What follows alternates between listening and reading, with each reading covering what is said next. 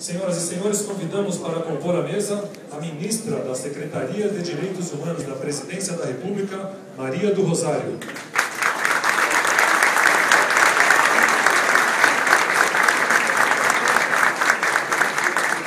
O secretário nacional de Justiça, o presidente da Comissão de Anistia, Dr. Paulo Abrão.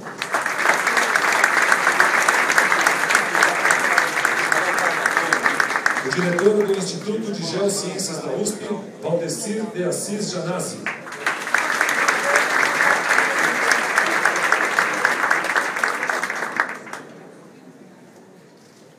O presidente da Comissão Especial dos Mortos e Desaparecidos Políticos, Marco Antônio Barbosa.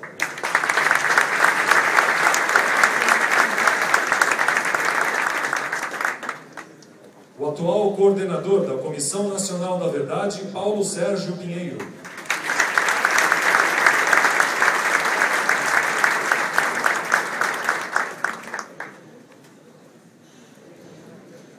O presidente da Comissão Estadual da Verdade, Rubens Paiva, deputado Adriano Diogo.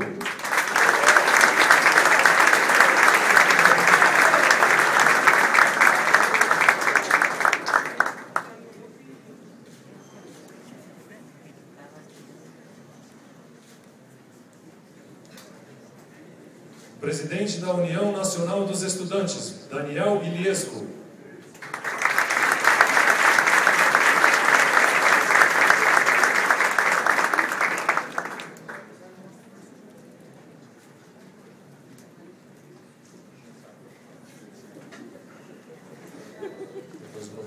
O presidente do DCE, Adrian Fuentes.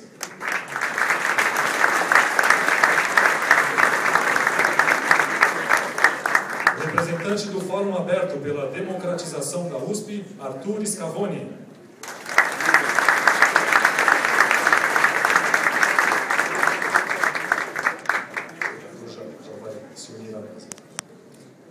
O representante do Instituto Vladimir Herzog, Ivo Herzog.